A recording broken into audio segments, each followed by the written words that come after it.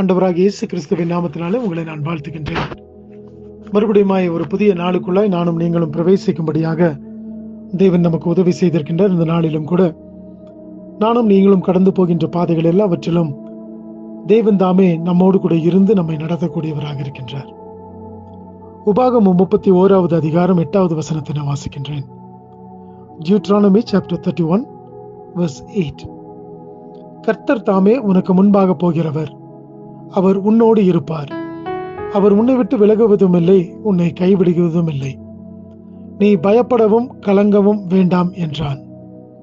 இந்த இடத்துல பார்க்கும் பொழுது மோசே தன்னுடைய ஊழியக்காரராகிய யோசுவாவை அழைத்து அவர் சொல்லுகின்றார், நீ போகின்ற இடங்கள் எல்லாவற்றிலும் உன் கர்த்தர் தாமே உனக்கு முன்பாக போகிறவராக இருக்கின்றார். முன்பாக போகிறவராக மாத்திரமல்ல, உன்னோடு கூட அவர் இருக்கின்றவராக இருக்கின்றார். அவர் உன்னை விட்டு விலகுவதும் இல்லை, உன்னை கைவிடுவதும் இல்லை. எனக்கு பிரியமான தேவச்சனமே, இது யோசுவாவுக்கு மாத்திரம் சொல்லப்பட்ட ஒரு வாக்குத்தத்தம் அல்ல.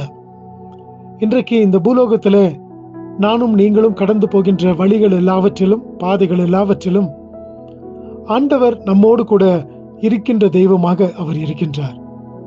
அவர் நாம் கடந்து போகின்ற பாதைகள் எல்லாவற்றிலும் நமக்கு முன்பதாக கடந்து போகின்றார்.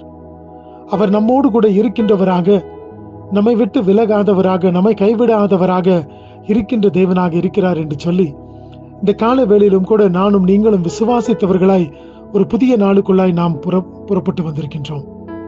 இந்த நாளை நாம் துவங்கி இருக்கும் பொழுது கர்த்தர் எல்லா காரியத்திலும் அவருடைய மகிமை நமக்கு முன்பதாக கடந்து செல்லட்டும் என்று சொல்லி நாம் அவருடைய கரங்களிலே நம்மை ஒப்பு கொடுக்கும் பொழுது தேவன் நம்மை ஒவ்வொரு நாளும் வழிநடத்த அவர் போதுமானவராக இருக்கின்றார்.